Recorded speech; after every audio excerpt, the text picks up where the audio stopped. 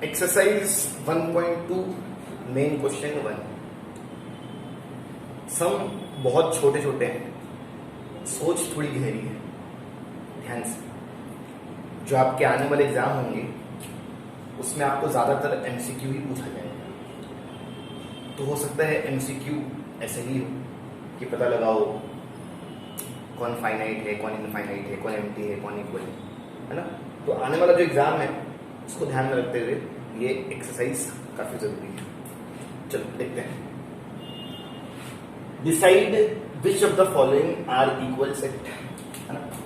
पता लगाना है कौन इक्वल सेट है और कौन इक्वल सेट नहीं।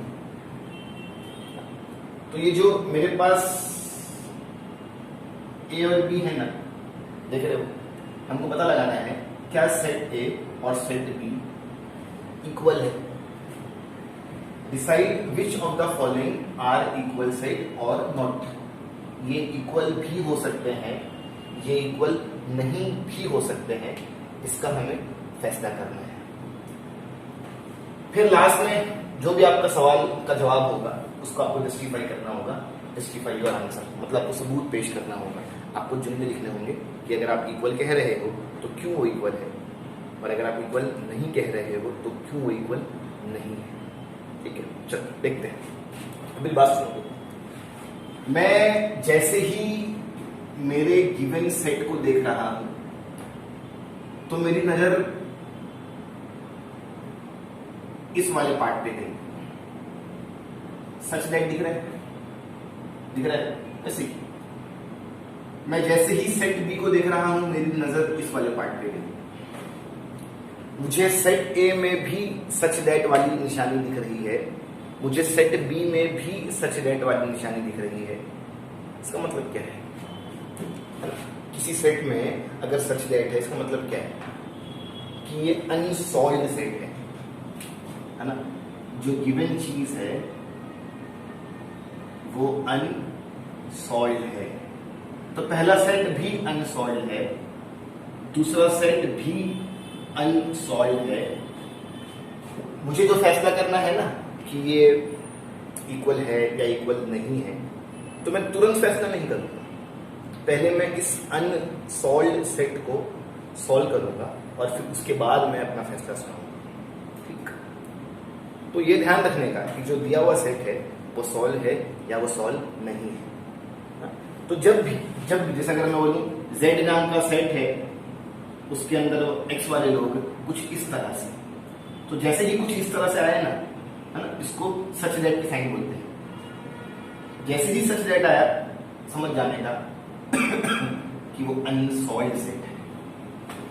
और हम अनसॉल्व्ड पे फैसला नहीं करते हैं, हम पहले अनसॉल्व्ड को सॉल्व करेंगे और फिर उसके बाद फैसला करेंगे।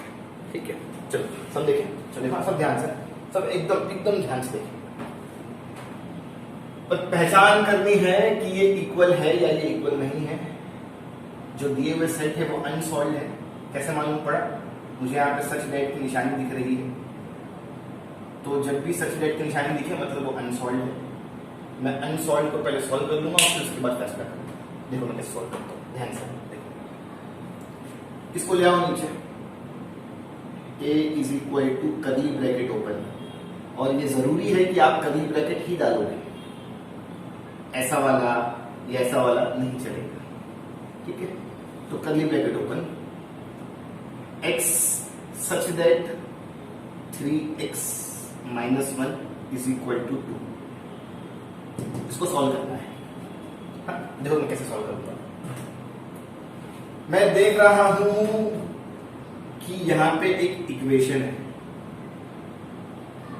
देख रहे हो। जिस सेट को सॉल्व करने की बात हो रही है, मैं देख रहा हूं कि वहां पे एक इक्वेशन। फिर आप बोलोगे सर कैसे मालूम पड़ा कि वहां पे इक्वेशन है?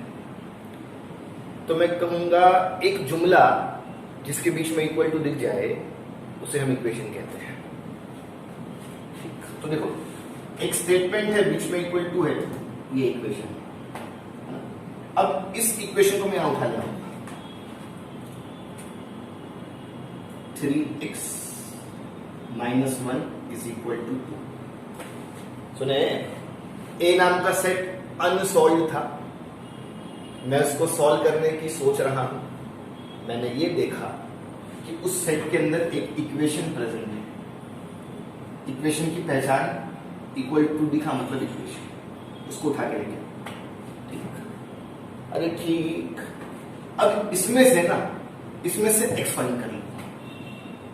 तो आप बोलोगे क्यों हम इसमें से एक्स फाइंड कर लेंगे? तो मैं कहूंगा ए नाम का सेट है, उसमें कौन से वाले लोग? एक्स वाले लोग। ए नाम का सेट है, उसमें कौन से लोग? एक्स वाले लोग। अब एक्स वाले लोग, एक्स क्या है मैं उसका पता इससे लगाऊंगा। तो अगर एक्स को पता लगाने की बात हो रही है तो मैं वही तो कह रहा हूं कि मैं यहां से एक्स फाइंड कर लूंगा। समझ में आ रहा है? अरे समझ में आ रहा है। ए के अंदर एक्स वाले लोग, वो एक्स क्या है उसका पता लगाने के लिए मैं इस इक्वेशन को सॉल्व करूंगा और मैं इस इक्वेशन में से एक्स को ढूंढूंगा। ठीक, अब मेरा सारा अटेंशन इस एक्स के ऊपर है। मुझे यार एक्स चाहिए। अब कैसे? मैं क्या बोलता हूं? जो चाहिए वो अकेला होना चाहिए। क्या बोलता हूं मैं? जो चाहिए वो अकेला होना चाहिए। तो अगर एक्स चाहिए, x as it is equal to 2 as it is, minus वाले को शिफ्ट होना पड़ेगा, माइनस वाला शिफ्ट होकर प्लस हो जाएगा, मल्टीप्लाई वाले को भी शिफ्ट होना पड़ेगा, मल्टीप्लाई वाला डिवाइड। सही? जो चाहिए वो अकेला होना चाहिए, इस सोच के साथ एक्स को अकेला करना शुरू करो, माइनस वाला प्लस, मल्टीप्लाई डिवाइड करते रहो। 2 और 1 3, 3 1 जा। एक्स कितना आया? 1। जो ए नाम का सेट था उसमें एक्स वाले लोग थे और एक्स कितना आया? 1। समझ में आ रहा है? अरे समझ में आ रहा है। तो अगर कोई मुझसे पूछे कि जो सेट ए है उसके अंदर एलिमेंट कौन सा है, तो मैं बोलूंगा सेट ए के अंदर 1 नाम का एलिमेंट है। ठीक, अब बी को सॉल्व करो। अगर बी में भी 1 दिखेगा तो ये इक्वल सेट कहलाएंगे। अगर बी में 1 के अलावा कुछ और दिखेगा तो ये इक्वल नहीं कहलाएगा। समझ में आई बात? मैंने ए नाम के सेट को सॉल्व किया, मालूम पड़ा जो ए नाम का सेट है उसके अंदर एलिमेंट कौन सा है? 1। अब मैं बी नाम के सेट को भी सॉल्व करूंगा और उसमें भी अगर वही एलिमेंट आया जो ए के पास है तो वो इक्वल कहलाएगा। ठीक है, चलो बी को सॉल्व करते हैं। यहां पे लाइन खींच देता हूं। बी नाम का सेट है, उसके अंदर एक्स वाले लोग, सुन रहे हो? बी नाम का सेट है, उसके अंदर एक्स वाले लोग। अब वो एक्स क्या है? वो एक्स नेचुरल नंबर है। सुने, बी नाम का सेट है, उसके अंदर एक्स वाले लोग, एक्स क्या है? Natural number. एक्स क्या है? Natural number. देखो ये लिखा है x is the natural number. सही, नेचुरल नंबर। अब तो आपको आना चाहिए। नेचुरल नंबर वो नंबर होता है जो 1 से शुरू होता है, 2 पे जाता है, 3 पे जाता है, 4 पे जाता है, 5 पे जाता है और उसका कोई एंड नहीं होता है। ठीक, बी नाम का सेट है, उसके अंदर एक्स वाले लोग और वो एक्स क्या है? Natural number. कोई आपसे पूछे कि नेचुरल नंबर किसे कहते हैं तो आप क्या बोलोगे? Counting number which start from 1 is known as natural number. तो 1 से शुरू तो जाता है, 1 के बाद 2, 2 के बाद 3, 3 के बाद 4, 4 के बाद 5, 5 के बाद 6, 7, 8, 9, 10, कोई अंत नहीं होता है। अब फिर क्वेश्चन कहता है सिर्फ नेचुरल नंबर की बात नहीं हो रही है ना? आपने नेचुरल लिख दिया, बहुत अच्छी बात, लेकिन वो ना तो प्राइम होना चाहिए ना तो कॉम्पोजिट होना चाहिए, है ना? क्वेश्चन ने शर्त रख दिया। क्वेश्चन कहता है बी के अंदर नेचुरल नंबर है, दिया नेचुरल, तो बोलता नहीं, इसमें से प्राइम हटा लो, इसमें से कॉम्पोजिट हटा लो और जो बच गया वो बी के अंदर है। तो यहां तक मेरा सोचा हुआ आधा था, अधूरा था। जब मैंने आगे पढ़ा तो मालूम पड़ता है नेचुरल मांगा है, लेकिन उस नेचुरल में से बोलता है नॉर, है ना तो उसको प्राइम चाहिए, ना तो उसको कंपोजिट चाहिए। तो जो मैंने लिस्ट बनाया हूं ना, उसमें से प्राइम हटा लो, कंपोजिट हटा लो, जो बच गया वो भी कहना है प्राइम। बताओ prime prime prime number, prime number, prime number किसे कहते हैं? प्राइम नंबर वो नंबर जो सिर्फ अपने टेबल में आए एक्सेप्ट वन। प्राइम नंबर वो नंबर जो सिर्फ अपने टेबल में आए एक्सेप्ट वन। हम जब प्राइम नंबर की गिनती करते तो हम वन को गिनते नहीं। अब चलो देखते हैं प्राइम नंबर। जो प्राइम होगा उसको हटा देते, फिर कॉम्पोजिट पे बात करें। चलो क्या क्या वन प्राइम नंबर है? प्राइम नंबर में हम वन की गिनती नहीं करते हैं। क्यों नहीं करते? मैं समझाया था आपको, है ना। प्राइम नंबर में हम वन की गिनती नहीं करते हैं, वन प्राइम नहीं है। 2 प्राइम है, हट जाएगा।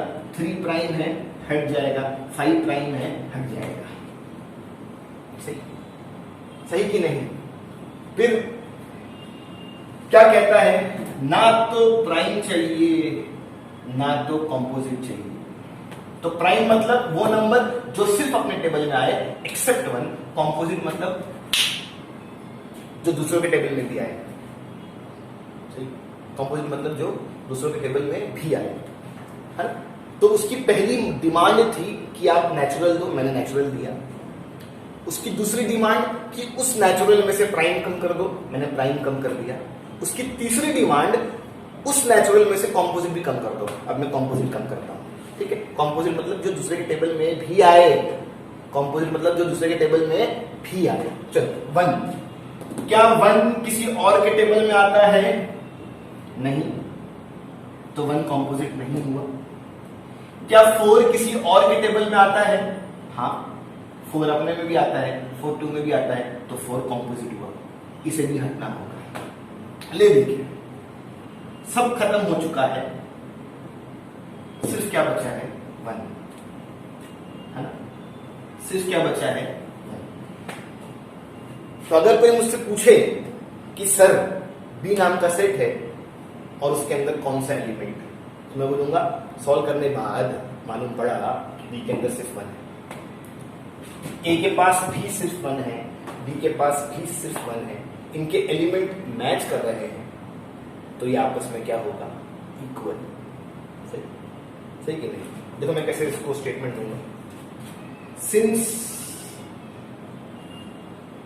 Element of set A and set B are same, therefore set A is equal to set B, और ये आपका सम खत्म। समझ में आया? समझ में आया? हम एक बार और रिवाइज कर ले फटाफट फटाफट। हम कौन से एक्सरसाइज में डील कर रहे हैं? हम 1.2 में डील कर रहे हैं। सम नंबर 1 क्या काम दिया गया है? फैसला करना है कि जो दिए हुए सेट है वो इक्वल है या नहीं। अगर इक्वल है तो हमको स्टेटमेंट देना होगा कि कैसे वो इक्वल है, और अगर वो इक्वल नहीं है तो हमें ये भी दिखाना होगा कि कैसे वो इक्वल नहीं है। ठीक। मेरी सोच क्या सोचती है? जैसे ही मैं सेट के पास आया तो मालूम पड़ा सच दैट की निशानी है, ये अनसॉल्व्ड है।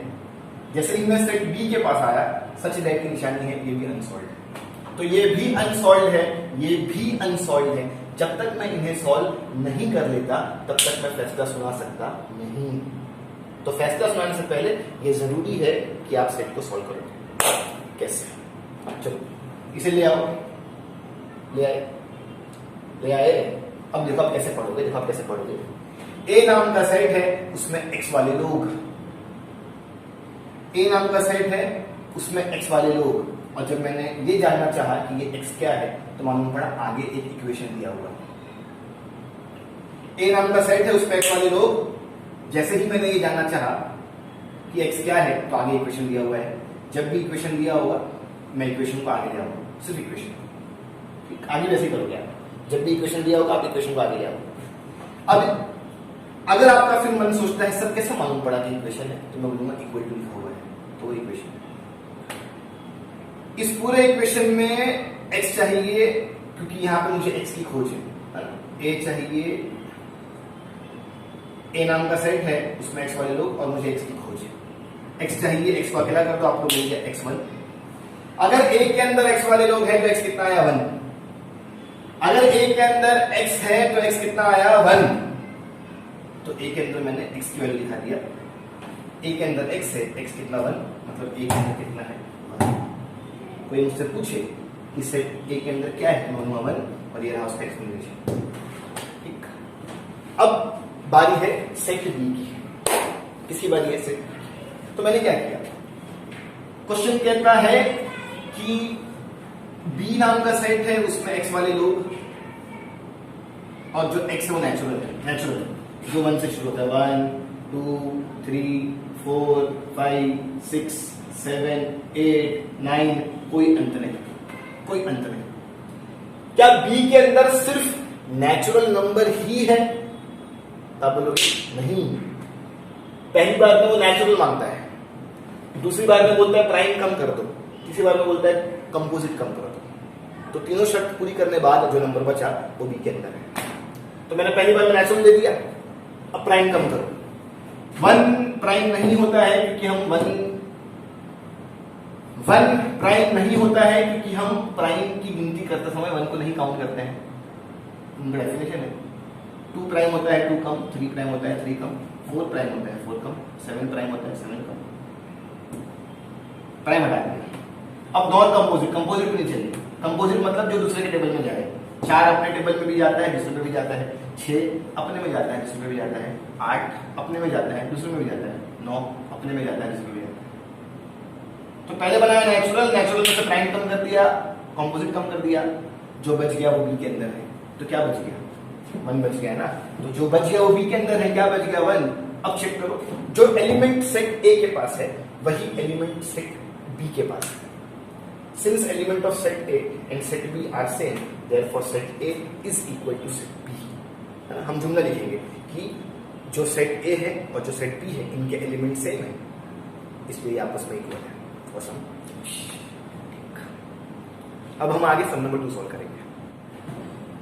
मेन क्वेश्चन 2 वही काम है जो आपको मेन क्वेश्चन 1 में था। देखते हैं।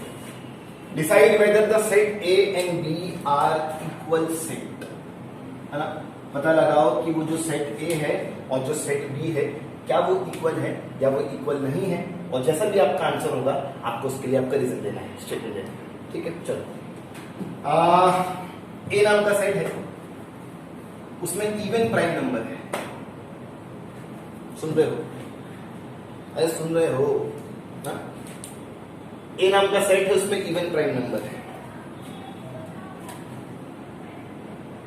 ये अनसॉल्व्ड है, अनसॉल्व्ड। फिर बी नाम का सेट है, सच दैट दिख रहा है, ये भी अनसॉल्व्ड सेट है। चाहे वो सेट ए हो चाहे वो सेट बी हो, दोनों ही अनसॉल्व्ड सेट है। फिर आप बोलोगे कैसे मालूम पड़ा? बी में तो भी सच दैट दिखाई दे रहा है, सच दैट मतलब अनसॉल्व्ड। ए में कहा सच दैट दिखाई दे रहा है? आ रहा है, मन में सवाल आ रहा है? बी में तो भी आप देखोगे कि हाँ सच दैट का सिंबल है, ठीक है, तिरछी लाइन सच दैट। तो सच दैट मतलब वो अनसॉल्व्ड। ए में कहा सच दैट दिखाई दे रहा है? तो मैं बोलूंगा जरूरी है कि हर चीज देख के ही जवाब दोगे, आप इंसान हो ना। अगर मैं बोलूं व्हाट इज योर नेम या what is your school name या इन विच कंट्री यू लिव, तो उसको क्या मान के चलोगे? उसको सवाल मान के चलोगे ना। जरूरी है क्या x such that x, what is your country name? तो ऐसा हर बार नहीं है कि आपको सच दैट देख के ही ये समझ में आना है कि वो सवाल है या वो अनसॉल्व्ड है। तो जुमले पढ़ के भी समझ में आते हैं कि हाँ वो अनसॉल्व्ड है। तो अगर मैं सेट ए की बात करूं तो वो कहता है सेट ए के अंदर इवन प्राइम नंबर है। क्या बोलता है? सेट ए के अंदर इवन प्राइम नंबर है। सेट ए के अंदर इवन प्राइम नंबर है। अब मेरी बात सुनो ध्यान से। अनसॉल्व सेट है, या मैं कहूं उससे जवाब मांगा गया है। अब देखो मैं जवाब कैसे देता हूं, तुम ध्यान से। इवन किसे कहते हैं? जो 2 के टेबल में आए, 2, 4, 6, 8, 10, कोई अंत नहीं है। अगर आप बोलोगे 20 अंत है तो मैं बोलूंगा नहीं। क्या 2 10s are 20? क्या यहाँ पे 2 का टेबल खत्म हो जाता है? नहीं। 2 into 11 22, 2 into 12 24, तो टेबल कभी एंड नहीं होता है। तो ये इवन की सीरीज है। इवन मतलब जो 2 के टेबल में आए, 2, 4, 6, 8, 10। अगर आप मुझको बोलोगे क्या 50 इवन है, मैं हाँ। क्या 1000 इवन है? हाँ। उसका कोई अंत नहीं है। प्राइम किसे कहते हैं? प्राइम किसे कहते हैं? वो नंबर जो सिर्फ अपने टेबल में आए। प्राइम की गिनती करते समय हम 1 को काउंट नहीं करते हैं, क्योंकि 1 सबको अनप्राइम कर देगा। तो प्राइम में हम 1 नहीं काउंट करेंगे। 2 हाँ प्राइम है, 3 हाँ प्राइम है, 4 नहीं, 5 हाँ, 6 नहीं, 7 हाँ, 8 नहीं, 9 नहीं, 10 नहीं, 11 नहीं। जिस तरह से इवन की कोई अंत नहीं है, वैसे प्राइम का कोई अंत नहीं है। अगर मुझसे क्वेश्चन सिर्फ इवन मांगता है ना, इवन नंबर, तो मैं इसको ये ऊपर वाली सीरीज दे दिया होता, 2, 4, 6, 8 सो ऑन। अगर क्वेश्चन मुझसे सिर्फ प्राइम मांगता है ना, तो मैं उसको नीचे वाली सीरीज दे दिया होता। लेकिन क्वेश्चन क्या बोलता है? क्वेश्चन बोलता है ए के अंदर ऐसे लोग हैं जो इवन भी है और जो प्राइम भी है। ए क्या बोलता है? ए नाम का सेट क्या बोलता है कि मेरे अंदर ऐसे लोग हैं जो इवन भी है और जो प्राइम भी है। मुझे इनका कॉम्बिनेशन चाहिए। क्या चाहिए? कॉम्बिनेशन। सुन रहे हो? मुझे इवन और प्राइम का कॉम्बिनेशन चाहिए। हाँ, क्या 2 यहाँ है? हाँ 2 यहाँ भी है, तो 2 यहाँ आ गया। क्या 4 यहाँ है? क्या 6 यहाँ है? क्या 8 यहाँ है? क्या 10 यहाँ है? 2 के अलावा कुछ नहीं मैच कर रहा है। तो इवन प्राइम नंबर क्या आया? 2। ये रहा आपका सॉल्व किया हुआ हिस्सा। हाँ, फिर से देखेंगे। ए नाम का सेट है, उसके अंदर इवन प्राइम नंबर है। अगर मुझसे सिर्फ इवन मांगे तो मैं ये अपर सीरीज दे दूं। अगर कोई मुझसे सिर्फ प्राइम मांगे तो मैं ये बीच वाली सीरीज दे दूं। लेकिन क्या क्वेश्चन मुझसे सिर्फ इवन की सीरीज मांग रहा है? नहीं। क्या क्वेश्चन मुझसे सिर्फ प्राइम की सीरीज मांग रहा है? नहीं। क्वेश्चन क्या बोलता है? दोनों जोड़ के लाओ। तो दोनों जोड़ने के लिए कॉमन देख लेते हैं। जो इवन में है, अगर वो प्राइम में दिखा तो वो इवन प्राइम कहलाएगा। तो 2 एक ऐसा इकलौता नंबर है, याद करो, 2 एक ऐसा इकलौता नंबर है जो इवन प्राइम है। तो अगर कल को मैं आपसे पूछूं या आपसे कोई और पूछे कि इवन प्राइम नंबर कौन है, तो आप डायरेक्ट बोलोगे 2। हाँ, कल को अगर आपका कोई एमसीक्यू आता है एग्जाम में और उसमें लिख के आएगा which of the following are even prime number, तो आप फटाक से क्लिक करोगे 2 is the only even prime number. ठीक, तो ये तो रहा सॉल्व किया हुआ और ये रहा याद किया हुआ। तो जो ए नाम का सेट हमसे जवाब मांग रहा था, ये रहा मेरा जवाब। ए सॉल्व हो गया। अब बी की बारी। किसकी बारी? बी की बारी। चलो, बी नाम का सेट है, उसके अंदर एक्स वाले लोग, और अगर मैं एक्स ढूंढना चाहूं तो बाजू में मुझे एक इक्वेशन दिया हुआ है। सुने हैं? ये वाला पार्ट तो आपने पिछले समय सॉल्व कर चुके हैं। बी के अंदर एक्स वाले लोग, और अगर मैं एक्स को ढूंढना चाहूं तो मुझे एक इक्वेशन दिया हुआ है। मैं इस इक्वेशन को सॉल्व करके एक्स ढूंढ सकता हूं। सही है? अरे सही है। बी के अंदर एक्स वाले लोग, और अगर मैं इस एक्स को ढूंढना जाऊं तो मेरे पास एक इक्वेशन है। मैं इस इक्वेशन को सॉल्व करके एक्स फाइंड कर सकता हूं। कैसे? चलो उठाओ, लेके आओ उसको। 7x - 1 = 13। बी के अंदर एक्स वाले लोग, मैं एक्स की खोज में हूं। अगर मुझे एक्स चाहिए तो एक्स अकेला होना चाहिए। एक्स अकेला होना चाहिए, माइनस वाला प्लस मल्टीप्लाई वाला डिवाइड। सॉल्व करो। 13 प्लस 1 14 7 काटो 7 1 जा 7 2 जा। बी के अंदर x वाले लोग और x कितना आया 2। बी के अंदर x वाले लोग और x कितना आया 2। बी के अंदर x वाले लोग और x कितना आया 2। तो क्या मैं ऐसा कह सकता हूं कि बी के अंदर 2 प्रेजेंट है? हाँ, बी के अंदर x वाले लोग और x कितना आया 2। तो क्या मैं ऐसा कह सकता हूं कि बी के अंदर 2 है? हाँ, एकदम कह सकता हूं। सही। बी के अंदर x वाले लोग x कितना आया 2, तो मैंने कहा बी के अंदर 2 है। अब जरा चेक करो, ये भी सॉल्व हो चुका है ए नाम का सेट, ये भी सॉल्व हो चुका है बी नाम का सेट। अब जरा चेक करो वेदर दे आर इक्वल और नॉट। ए के अंदर भी जो एलिमेंट है वो 2 है, बी के अंदर भी जो एलिमेंट है वो 2 है, एलिमेंट सेम है इसलिए ये इक्वल है। Since set A and set B have same element, therefore set A is equal to set B। अब आप इक्वल टू की साइन लिखो या स्टेटमेंट लिखो, बात एक ही है। मैंने आपको सम नंबर 1 में इस इक्वल टू स्टेटमेंट लिखाया था, वर्ड में लिखाया था, अब मैंने आपको सिंबल दे दिया, कोई मसला नहीं, ठीक है। तो मेरे पास जो अनसॉल्व्ड सेट था मैंने उसे पहले सॉल्व किया और फिर मैंने अपना फैसला सुना। क्या सीखे आपने इस सम नंबर 2 में? क्या सीखे? 2 2 एक ऐसी इकलौती चीज है जो इवन भी है और प्राइम भी है। कोई मुझसे इवन की सीरीज मांगे तो मैं बोलूंगा 2 4 6 8 10, कोई अंत नहीं। कोई मुझसे प्राइम की लिस्ट मांगे 2 3 5 7 11 13 17, कोई इसका अंत नहीं। लेकिन अगर कोई मुझसे इवन प्राइम की लिस्ट मांगे तो 2 इज ओनली द नंबर जो अपने आप को इवन प्राइम कहता है। तो 2 सेट बी की बात करूं, बी के अंदर x वाले लोग, x चाहिए तो इक्वेशन है, इक्वेशन सॉल्व करो, मालूम पड़ा x2 आ रहा है। बी के अंदर x वाले लोग x2 आ रहा है मतलब बी के अंदर 2 है, दोनों सेट आपस में इक्वल। ये मेरा जस्टिफिकेशन। आई बात समझ में? आई बात समझ में? एक और क्वेश्चन देखते हैं, मेन क्वेश्चन 3 1.2 मेन क्वेश्चन 3। अब देखते हैं क्या काम दिया गया है।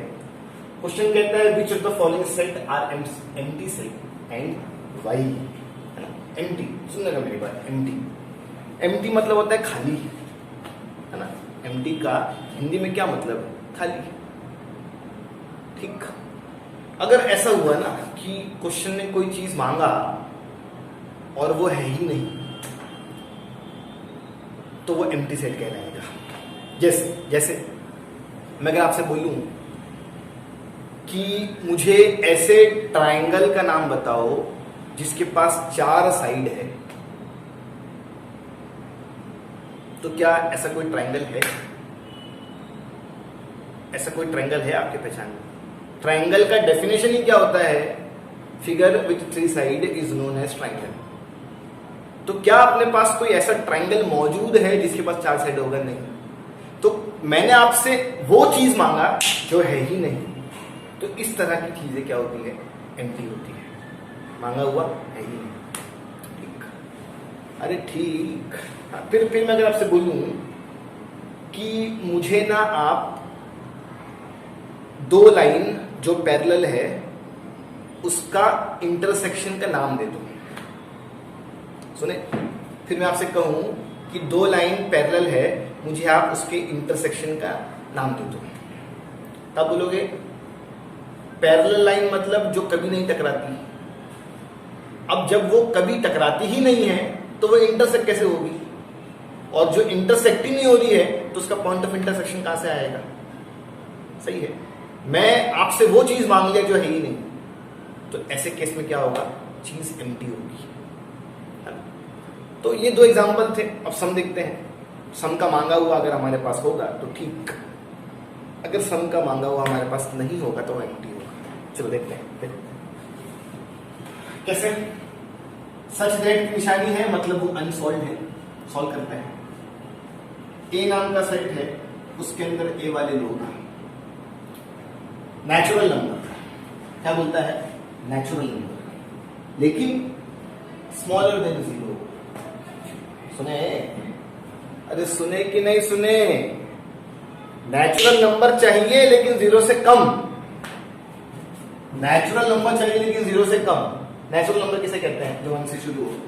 1 2 3 4 5, कोई अंत नहीं, है ना? ये रहा उसका मांगा हुआ नेचुरल नंबर, ये रहा उसका मांगा हुआ नेचुरल नंबर, लेकिन क्या बोलते हैं? स्मॉलर देन 0, 0 से कम।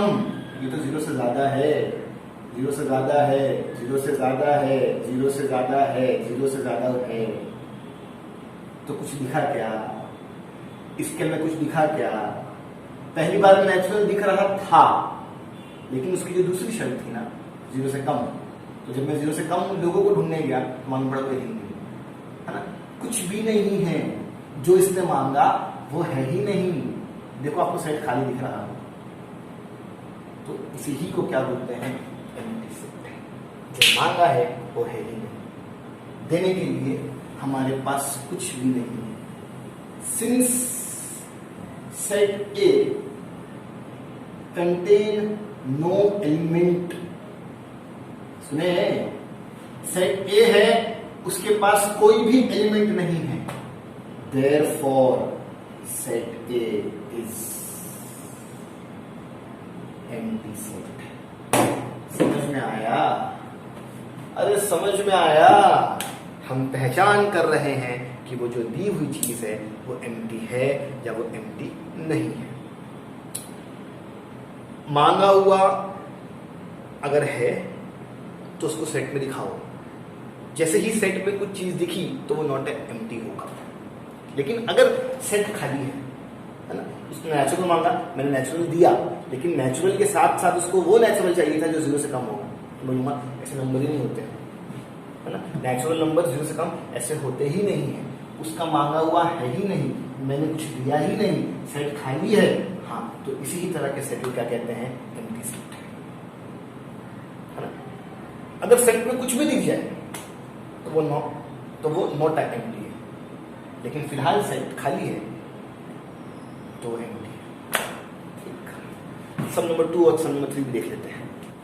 मेन क्वेश्चन 3, सम नंबर 2, सम नंबर 3। यहां भी फैसला करना है कि ये जो सेट है वो एम्प्टी है या वो एम्प्टी नहीं है। कैसे फैसला करेंगे? मैं देख रहा हूं कि यहां पे सच दैट का सिंबल है, मतलब मुझे इसको सॉल्व करना पड़ेगा। देखो मैं कैसे सॉल्व करता हूं, सब ध्यान से देखने का।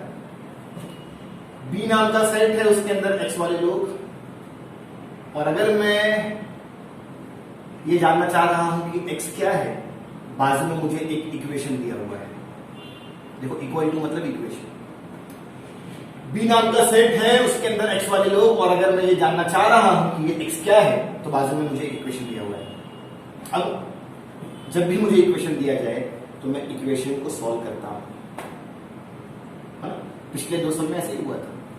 जब भी हमें इक्वेशन दिया जाए तो हम उस इक्वेशन को सॉल्व करते हैं। इक्वेशन आया, इन सब में से मुझे x चाहिए तो x अकेला होना चाहिए। इन सब में से मुझे x चाहिए तो x अकेला होना चाहिए।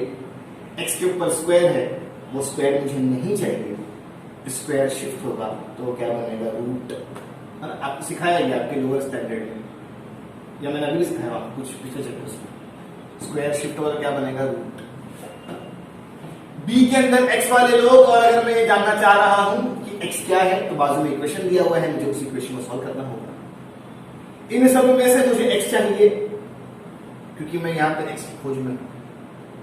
अगर एक्स चाहिए तो एक्स अकेला होना चाहिए, स्क्वायर वाला शिफ्ट रूट, 0 का रूट 0 होता है।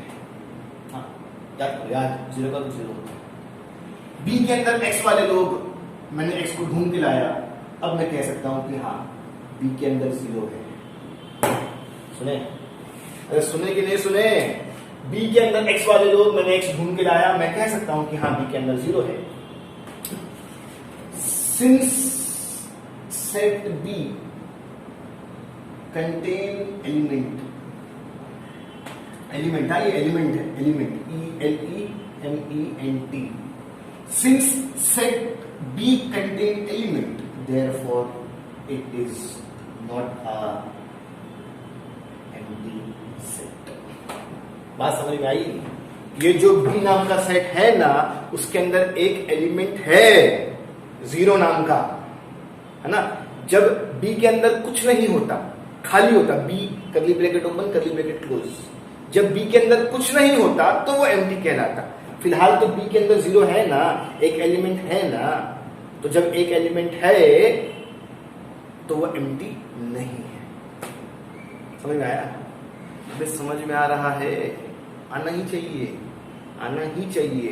ब्रेन को इस तरह से ट्रेन करो, आना ही चाहिए। देखो, मैं फैसला कर रहा हूं कि क्या ये सेट एम्प्टी है या ये सेट एम्प्टी नहीं है। बी नाम का सेट है, उसके अंदर एक्स वाले लोग, अगर मैं ढूंढना चाहूं कि एक्स क्या है तो मेरे पास एक इक्वेशन है, मैंने इक्वेशन लाया, उसको सॉल्व किया। बी के अंदर एक्स वाले लोग, एक्स की वैल्यू तो मैंने दिखाया कि हाँ बी के अंदर 0 है। सेट के अंदर एक एलिमेंट है, इसलिए ये एम्प्टी नहीं कहलाएगा। अगर सेट खाली होता, अगर ऐसा होता तो वो एम्प्टी होता। फिलहाल बी के अंदर एक एलिमेंट है, since set B contain element, है ना, बी के अंदर एलिमेंट है, therefore it is not a empty. ठीक ठीक। सम नंबर 3, ये हमारा आज का आखिरी क्वेश्चन होगा। चलो, पहचान करनी है कि क्या ये एंटी है या ये एंटी नहीं है। सच दैट दिख रहा है, मतलब ये अनसॉल्व्ड है, सॉल्व करता है। सी के अंदर एक्स वाले लोग, और अगर मुझे एक्स को ढूंढना है तो मेरे पास एक इक्वेशन है। जब भी मेरे पास एक इक्वेशन होगा, मैं उस इक्वेशन को सॉल्व करूंगा। ठीक, ऐसी मैं जब से 1.2 मेन क्वेश्चन 1 चालू करवाया हूं, हमने हर केस में ऐसा देखा है कि एक इक्वेशन रहता है। हाँ, मैं एंड में भी वही कर रहा हूं जो सम नंबर 1 में करवाया था। सी नाम का सेट है, उसके अंदर एक्स वाले लोग, और अगर मैं जानना चाहूं कि ये एक्स क्या है, बाजू में मेरे पास एक इक्वेशन दिया हुआ है। सॉल्व करो, इसको सॉल्व करो, सॉल्व करो। किसको ढूंढूंगा मैं इसमें से? मैं इसमें से एक्स को ढूंढूंगा। माइनस वाला प्लस, मल्टीप्लाई वाला डिवाइड, ये रहा मेरा एक्स, है ना। सी के अंदर एक्स वाले लोग, मैंने एक्स को ढूंढ के लाया तो मालूम पड़ा सी के अंदर क्या है, 2/5 है ना। सी के अंदर एक्स वाले लोग, मैंने एक्स को ढूंढ के लाया तो मालूम पड़ा सी के अंदर क्या है, 2/5 है, 2/5। अब फिर क्वेश्चन कहते हैं नहीं, जो एक्स आया ना, जो एक्स आया ना, वो नेचुरल से बिलोंग करना चाहिए। देखो पढ़ो उसको, देखो देखो क्या लिखा हुआ है, क्या लिखा हुआ है, x belongs to natural number. सही। तो यहां पे बात सिर्फ इतनी सी नहीं है कि सी के अंदर एक्स वाले लोग और इस इक्वेशन में से एक्स को ढूंढ लो, है ना।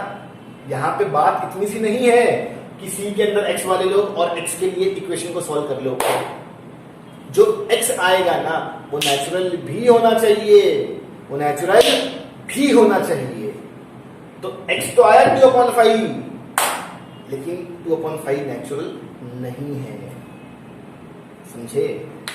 समझे? क्या बोलो, कैसा नहीं है? नेचुरल, नेचुरल किसे कहते हैं? बोलो, नेचुरल किसे कहते हैं?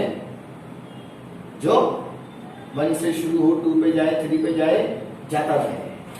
क्या इसमें कहीं पे आपको फ्रैक्शन में चीज दिख रही है? क्या यहाँ पे आपको कहीं न्यूमरेटर डिनोमिनेटर के फॉर्म में चीज दिख रही है? नहीं, है ना।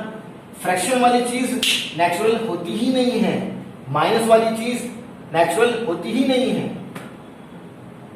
तो ये जो आई हुई चीज है ना, ये नेचुरल नहीं है। तो मैं कहूंगा जो सी है ना, वो ऐसी चीज मांग रहा है जो होती ही नहीं।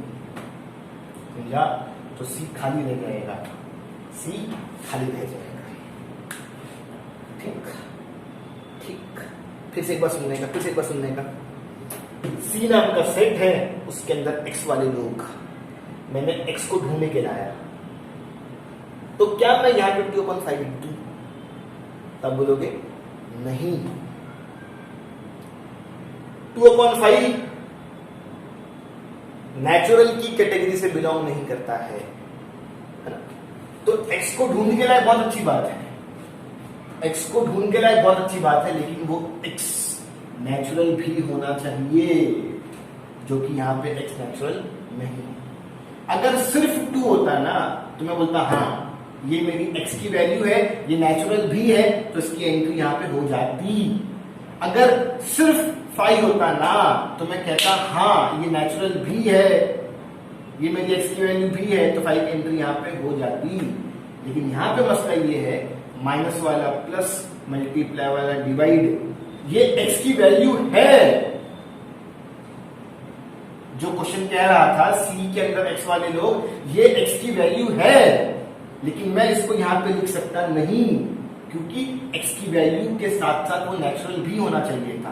तो ये x की वैल्यू है लेकिन ये नेचुरल नहीं है, तो इसलिए मैं इसकी एंट्री नहीं करवाऊंगा।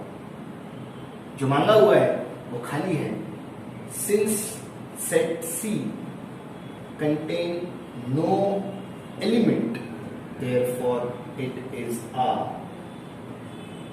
empty set।